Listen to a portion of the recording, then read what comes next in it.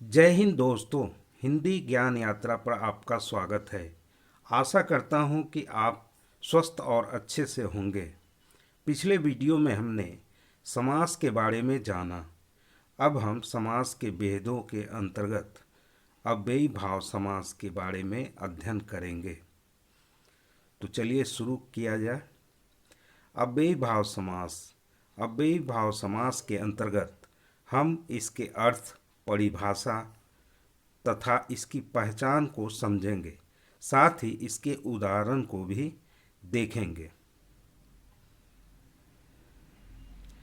जैसा कि इसके नाम से प्रदर्शित होता है, अव्ययी भाव अर्थात अव्यय युक्त समास। इसके समासिक पद में अव्यय उपलब्ध रहते हैं जो अविकारी शब्द होते हैं। अव्ययी भाव समास का अर्थ। अव्ययी भाव समास का पहला पद प्रधान तथा उपसर्ग भी होता है, साथ ही इसका सामासिक पद अव्यय के रूप में कार्य करता है। अब इसके अर्थ को विस्तार से जानते हैं। अव्ययी भाव समास का पूर्व पद उपसर्ग होने के साथ प्रधान भी होता है। अव्यय के संसर्ग में आने पर इसका सामासिक पद अव्यय बन जाता है, साथ ही यह वाक्य में क्रिया विशेषण का कार्य करता है। अव्ययी भाव समास के बारे में जानने के साथ ही उपसर्ग तथा अव्यय के बारे में जान लेना आवश्यक है। उपसर्ग किसी भी शब्द के पूर्व जुड़ने वाले शब्दांश उपसर्ग कहलाते हैं, जो शब्द के अर्थ में एक परिवर्तन लाते हैं। जैसे यथाशक्ति। इस शब्द में मूल शब्द शक्ति है, इसके पूर्व यथा उपसर्ग लगा है। शक्ति के पहले यथा उपसर्ग जुड़ने पर इसके अर्थ में परिवर्तन होकर शक्ति के अनुसार बन जाता है। अव्यय। अव्यय अविकारी शब्द होते हैं। ये किसी भी परिस्थिति में बदलते नहीं हैं। लिंग, वचन, काल, पुरुष और कारक के आधार पर इसमें कोई परिवर्तन नहीं होता।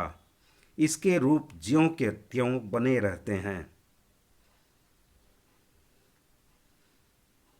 उदाहरण स्वरूप, लिंग के आधार पर अव्यय में कोई बदलाव नहीं होता है। राम प्रतिदिन पढ़ता है, राम पुल्लिंग है। सीता प्रतिदिन पढ़ती है, सीता स्त्रीलिंग है। उपरोक्त वाक्य राम प्रतिदिन पढ़ता है में प्रतिदिन अव्यय है। राम पुल्लिंग तथा क्रिया पढ़ता है भी पुल्लिंग के आधार पर है।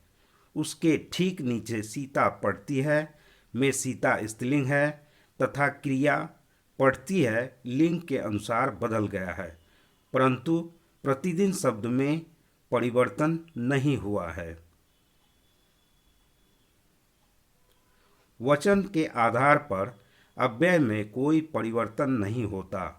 बच्चा प्रतिदिन खेलता है, बच्चा एक वचन है। बच्चे प्रतिदिन खेलते हैं, बच्चे शब्द बहुवचन है। उपर्युक्त वाक्य बच्चा प्रतिदिन खेलता है में बच्चा एक वचन है तथा क्रिया भी एक वचन के अनुसार है। दूसरे वाक्य बच्चे प्रतिदिन खेलते हैं में बच्चे बहुवचन है। क्रिया बहुवचन के आधार पर खेलते हैं में परिवर्तित हो जाता है, परंतु प्रतिदिन शब्द में कोई तब्दीली नहीं होती है। इसी प्रकार काल, पुरुष और कारक के अनुसार भी अव्यय में कोई परिवर्तन नहीं होता है। अव्यय के भेदों के अंतर्गत क्रिया विशेषण, संबंध बोधक, समुच्चय बोधक, विस्मयादि बोधक तथा निपात आते हैं। अव्ययी भाव समास की परिभाषा। जिस समास का पूर्व पद उपसर्ग होने के साथ प्रधान भी हो एवं समस्त पद अव्यय के रूप में प्रकट हो अव्ययी भाव समास कहलाता है। अब प्रश्न उठता है कि अव्ययी भाव समास की पहचान कैसे करेंगे, अर्थात हम कैसे जानेंगे कि यह अव्ययी भाव समास का सामासिक पद है। अव्ययी भाव समास की पहचान: जिस सामासिक पद के पूर्व पद में अधि, अनु, आ, उप, निर, प्रति, ब, बे, भर, यथा, यावत आदि उपसर्ग व अव्यय उपलब्ध हों तो वे अव्ययी भाव समास के अंतर्गत आते हैं।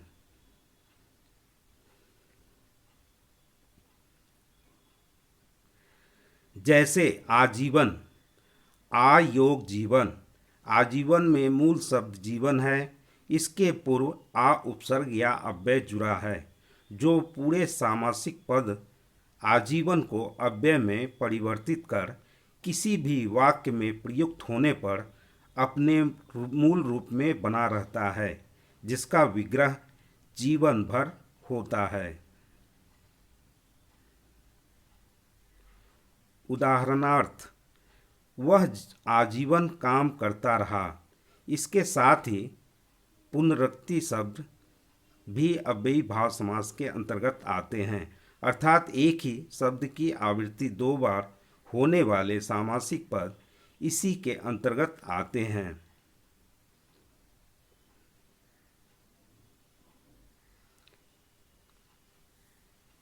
यहाँ आप अव्ययी भाव समास के कुछ उदाहरण को अच्छी तरह से देख लें।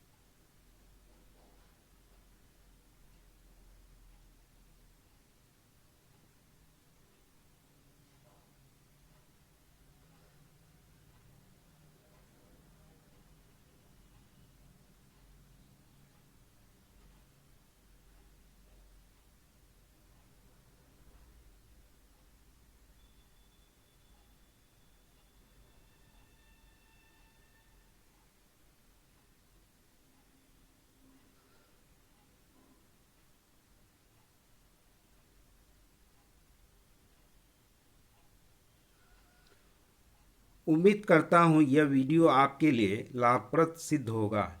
यदि यह वीडियो आपको पसंद आया हो तो कृपया कमेंट कर बताएं, लाइक कर अपने दोस्तों को शेयर करें, साथ ही सब्सक्राइब कर बेल आइकन को दबा दें ताकि नई वीडियो की नोटिफिकेशन सबसे पहले आपको मिल सके। धन्यवाद।